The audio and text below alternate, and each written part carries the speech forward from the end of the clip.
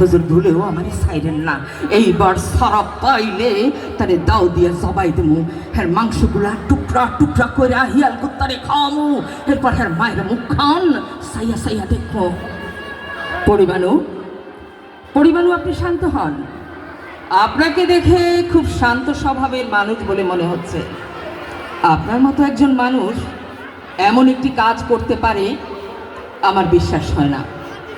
আমি আপনার ঘটনাটি শুরু থেকে জানতে চাই। হুজুর, ছোট একখান জমিন আছিল বাপের, নগদ 20,000 টাকায় বন্ধক দিয়া তারপর দিয়া দেয়। 3 মাস যাইতে না যাইতে আবার টাকা চায়। শাশুড়ি, স্বামী, নন্দী 3 জনে একলগে মারে। হুজুর, যেদিন পিঠে গরম খুন্তির সেকা দেয় সেদিন আর সহ্য হয় না। বাপের ভিটায় যাই, যাইয়া দেখি বাপের বিছনায় রোগে কাতরায়। স্বামীর বাপের হগন ঘটনা খুললা কই। মায়া মারে ফেরাউনের স্ত্রী বিবি আসিয়ার কাহিনী শোনাইয়া বিদায় দেয়।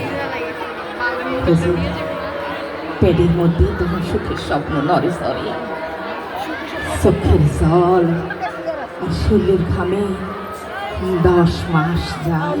পূর্ণিমার চান আমার কোলে। 3 দিন বাদে মরণ ঘুমাইল চোখে। ঘুম ভাঙলে দেখি জাদু নাই, জাদু আমার পাশে নাই। ফিসফাস কথা কানে আসে, কথা ছিল 20,000 টাকা, তুই 10,000 টাকায় দিলি কেন?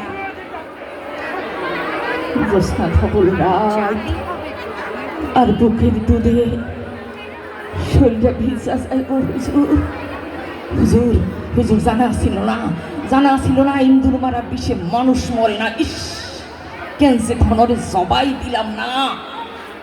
পরিবানু, পরিবানু, আপনি শান্ত হন, আপনি শান্ত হন প্লিজ। একটা আর্জি আসছিল গো হুজুর। হ্যাঁ বলুন। আমার ফাঁস দেন গো হুজুর, আমার ফাঁস দেন। আর আমার মায়েরে কইন, আমি তো বিবি আসিয়া হয়েছিলাম, তারপরও মাটা খুনতে পারলাম না। কেন কেন পারলাম না হুজুর? কেন কেন পারলাম না? কেন? ধন্যবাদ সবাইকে। আমি অল্প একটু সময় নিচ্ছি, সেটা হলো এই কবিতাটি